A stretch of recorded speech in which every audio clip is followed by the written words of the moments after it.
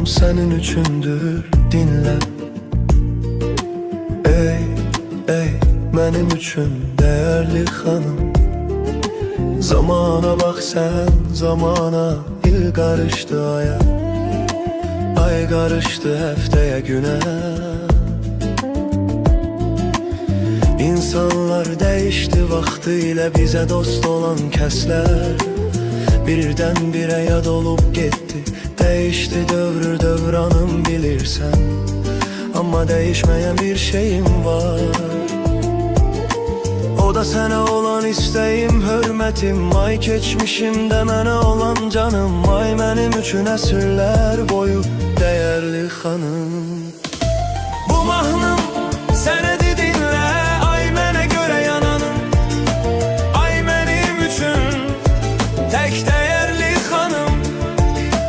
Değerli sen mənim üçün değerli. Canımsan mənim, ay değerli hanım.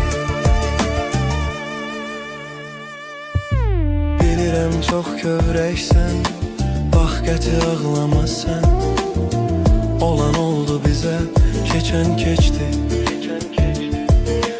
Bundan özünde günah bilmesen, bəxtimiz belə yazılıb bizim, ne bileydik.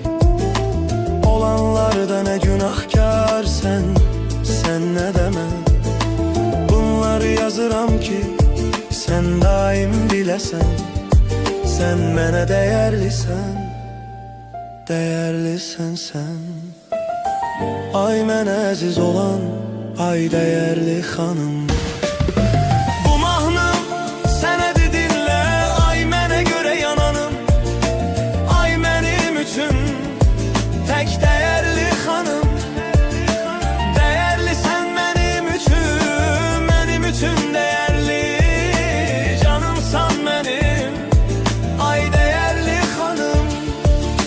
Bu dünyada ne baş verse bil, sen hiç zaman ağlama, daim gül. Mənə çox əzizsən, çox da ki doğma. Geçmişi fikirləşmə, sen özünü yorma. Bir şeyi sen yadından çıxartma. Dünyaya bir də gəlsəm mən yerə, değer axtarmaram mən. Gələrəm sənə, sual etsən ki